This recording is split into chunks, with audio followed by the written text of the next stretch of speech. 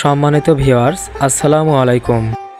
চলে আসলাম নতুন আরেকটি ভিডিও নিয়ে।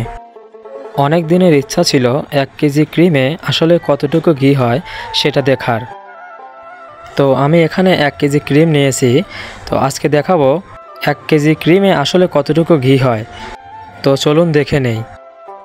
তো আপনারা প্রথমে একটি পাত্রে 1 কেজি ক্রিম নিয়ে নেবেন।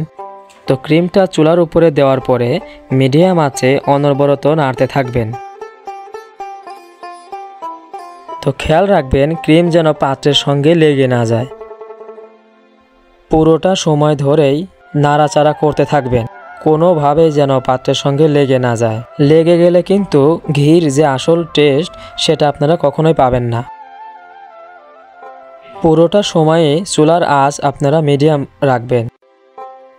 নাড়াচাড়া করতে করতে একটা সময় দেখবেন ক্রিম থেকে ঘি ছেড়ে দিয়েছে। পরিমাণে অল্প হওয়াতে আপনার বেশি সময় লাগবে না, সর্বোচ্চ 30 মিনিট সময় লাগবে। ক্রিম থেকে ঘি ছেড়ে দেওয়া শুরু করলে তখন কিন্তু কোনোভাবেই আপনার নাড়াচাড়া বন্ধ করা যাবে না। এই অবস্থাতে ধরে যাওয়ার সম্ভাবনাটা একটু বেশি থাকে। তো ঘি যদি ধরে যায় তখন কিন্তু আপনার খেতে একদমই টেস্ট লাগবে না, তিতা হয়ে যাবে। যখন দেখবেন ভিতরের দানাদার অংশগুলো বাদামি হয়ে গেছে, সেই অবস্থাতে চুলা থেকে নামিয়ে ফেলবেন। চুলা থেকে নামিয়ে 3 থেকে 4 ঘন্টার জন্য রেখে দিবেন। তারপরে একটা ছাকনার সাহায্যে ছেঁকে কাঁচের পাত্রে সংগ্রহ করবেন। আমার 1 কেজি ক্রিমে 700 গ্রামের মতো ঘি হয়েছে। তো ভিডিওটি ভালো লাগলে অবশ্যই আমার চ্যানেলটি সাবস্ক্রাইব করবেন এবং আমার পাশে থাকবেন। ধন্যবাদ সবাইকে।